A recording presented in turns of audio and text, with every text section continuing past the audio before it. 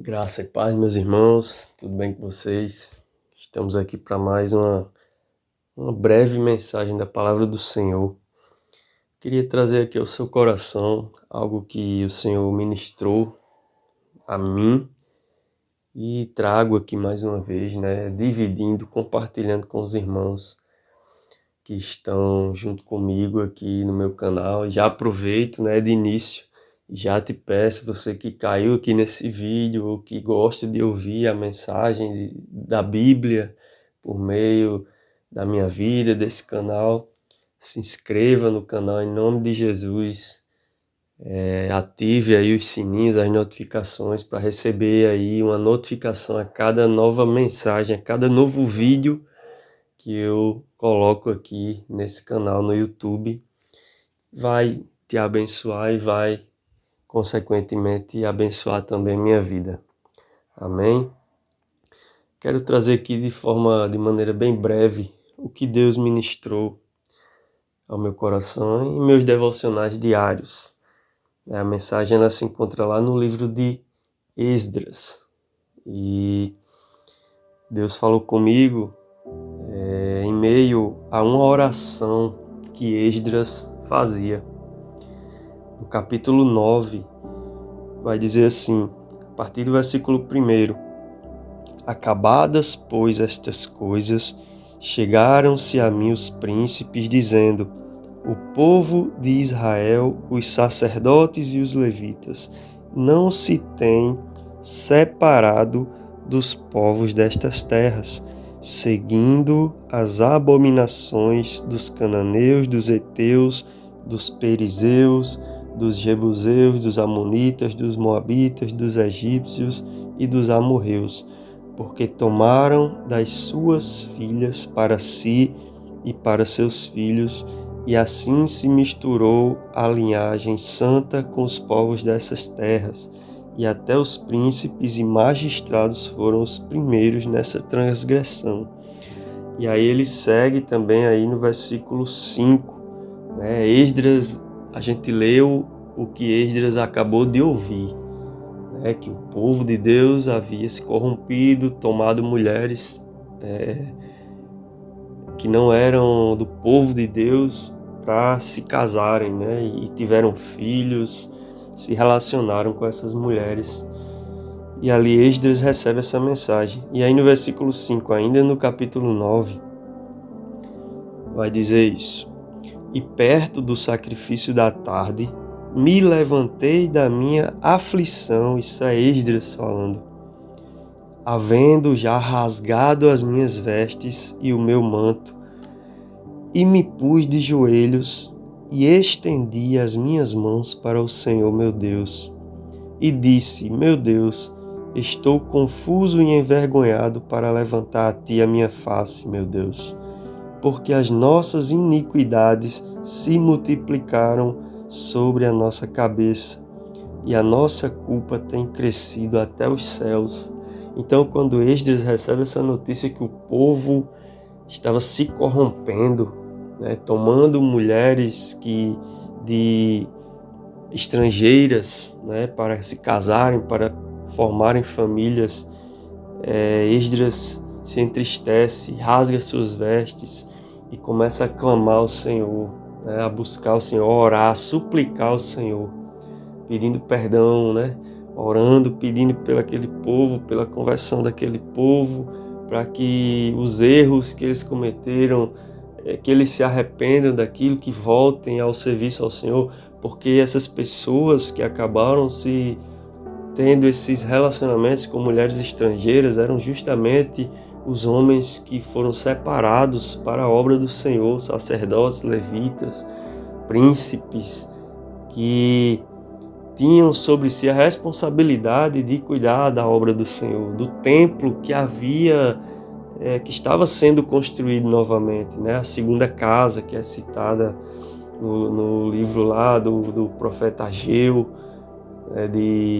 do profeta Zacarias, o novo templo, que tem um versículo muito conhecido, que é o segundo templo, que a segunda casa, a glória da segunda casa será maior que a da primeira.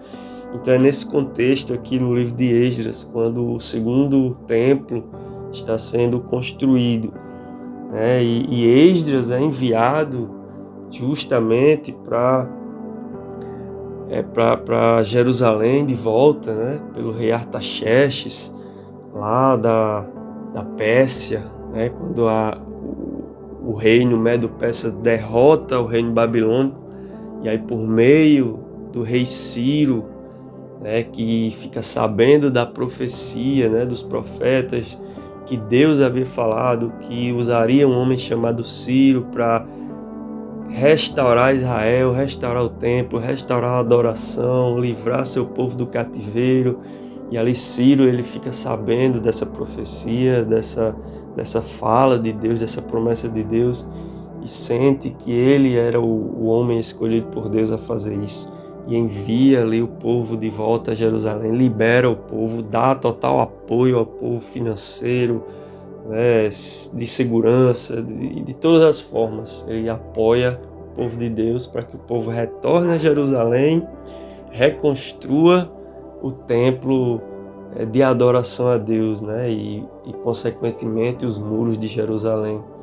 Então Esdras, ele, por ser um doutor da lei, conhecedor da palavra do Senhor, ele é enviado pelo rei Artaxerxes, né, que vem após o rei Ciro, após o rei Dário. Então envia, né, libera Esdras para retornar a Jerusalém, e Esdras ali retorna com a missão de pregar a palavra do Senhor, expor a palavra do Senhor, ensinar a palavra do Senhor, para que o povo retorne às boas obras, retorne à obediência, retorne ao serviço do Senhor, né, de maneira correta, conforme as Escrituras, né, que por meio de Esdras seria, né, novamente ensinada e pregada. Então Esdras vem nesse contexto, e ali em meio a esse ambiente, né, lá em Jerusalém, de construção do templo, de ensino da palavra, ele fica sabendo dessa situação. Então se entristece e ora ao Senhor por aqueles homens. E é interessante, irmãos, que enquanto ele está orando, né, no capítulo 10, vai dizer que os israelitas, eles se arrependem do que eles haviam feito. No capítulo 10, a partir do versículo 1, vai dizer: E enquanto Esdras orava e fazia confissão, chorando e prostrando-se diante da casa de Deus, ajuntou-se a ele de Israel uma muito grande congregação de homens, mulheres e crianças, pois o povo chorava com grande choro. Então Secanias, filho de Jeiel, um dos filhos de Elão, tomou a palavra e disse a Esdras: Nós temos transgredido contra o nosso Deus e casamos com mulheres estrangeiras dentre os povos da terra. Mas no tocante a isto, ainda há esperança para Israel.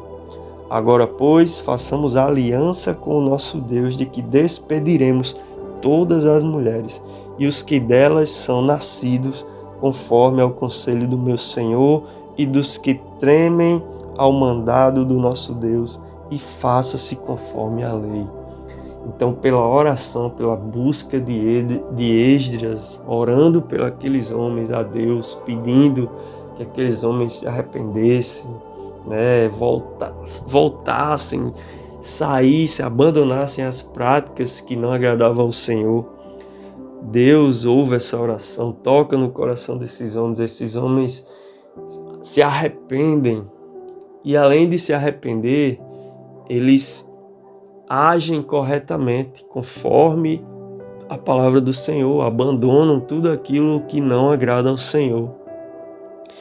Então eu acho muito interessante, irmãos, essa passagem. Deus falava muito ao meu coração. Talvez você já esteja entendendo aí o que eu quero falar com vocês, o que eu quero trazer aqui nessa palavra, para que vocês ouçam a voz de Deus, um direcionamento de Deus para a vida de vocês. Muitas vezes a gente temos familiares, né, em nossas vidas que ou já se converteram, já viveram a vida com Deus, mas hoje se encontram afastados do caminho do Senhor, praticando aí atos que desagradam a Deus. E talvez você tenha pessoas aí na sua família que nunca conheceram verdadeiramente a glória de Deus, o poder de Deus, que nunca entregaram sua vida, nunca confessaram o nome do Senhor Jesus Cristo como Senhor e Salvador da vida deles. Pessoas que você ama, sua família, parentes, amigos, independente de quem for, mas pessoas que o anseio do seu coração é que a graça do Senhor, a graça de Deus alcance essas vidas. E eu quero aqui vir com essa mensagem lhe encorajar a continuar orando por essas pessoas. Continuar orando por essas pessoas. Deus ouve a oração de Esdras e há arrependimento. Há arrependimento. Há arrependimento sincero, arrependimento verdadeiro. Por meio da oração de Esdras, da súplica, do clamor de Esdras, aqueles homens confessam seu pecado e se entregam a Deus novamente. E eu quero aqui até ler com vocês, eu vou colocar aqui, é bíblico isso, né, irmãos? Não está só no Antigo Testamento, está aqui no Novo Testamento também. Eu quero ler com vocês aqui, na primeira carta de Paulo a Timóteo, no capítulo 2, a partir do versículo 1. Admoesto-te, pois, antes de tudo, que se façam súplicas, orações e intercessões e ações de graças por todos os homens, pelos reis e por todos os que estão em eminência, para que tenhamos uma vida quieta e sossegada em toda a piedade e honestidade, porque isto é bom e agradável diante de Deus, nosso Salvador, que quer que todos os homens sejam salvos e venham ao conhecimento da verdade. Meus irmãos, estou todo arrepiado aqui com essa palavra. Meu Deus, eu espero que o Senhor esteja falando ao seu coração. Eu estou sentindo aqui a graça, o poder, a presença do Espírito Santo ao ministrar para vocês essa breve reflexão. Então a gente deve continuar em batalha, irmãos. Nossa luta não é contra pessoas, não é contra o ser humano, não é contra inimigos visíveis, né, de carne e osso, mas contra espíritos, contra hostes, potestades, né? Então, nossa briga é espiritual, é contra Satanás, né? É contra aquele que quer devorar as nossas almas, né? É contra aquele que já condenado quer levar o máximo de almas junto com ele à condenação eterna. Então a nossa missão aqui hoje é continuar batalhando por essas pessoas que amamos, filhos, pais, irmãos, primos, avós, amigos. Não desista de orar. Já faz tempo que você não ora por um ente querido seu, uma pessoa que você ama. Volte a orar. Deus está falando com você por meio dessa mensagem. Deus fala comigo, falou comigo por meio dessa mensagem. Vamos continuar orando, vamos continuar apresentando. Não vamos desistir de nenhuma alma sequer. Satanás não vai vencer essa luta. Deus vai vencer essa luta. Nossa oração vai ser intermédio para a vitória de todas essas almas que hoje se encontram vedadas, com seu olhar vendado, né, com escamas nos olhos, assim como Paulo estava. Mas eu creio que por meio da oração que um dia salvou minha vida, de orações que um dia salvaram a sua vida, creio que o nosso clamor, a nossa oração e a nossa súplica ao Senhor, ela vai também intermediar a salvação dessas pessoas que tanto amamos, e elas vão, enfim, gozar de uma vida plena na presença do Senhor. Essa é a mensagem que eu queria trazer para você hoje. Espero que Deus tenha falado ao seu coração e que você volte a se animar, a ter forças para buscar a salvação daquela alma que você tanto deseja ver na presença do Senhor e na vida eterna junto conosco e com Deus e nosso Senhor Jesus Cristo, nosso Salvador, eternamente. Amém? Fique com Deus e que Deus lhe abençoe em nome de Jesus.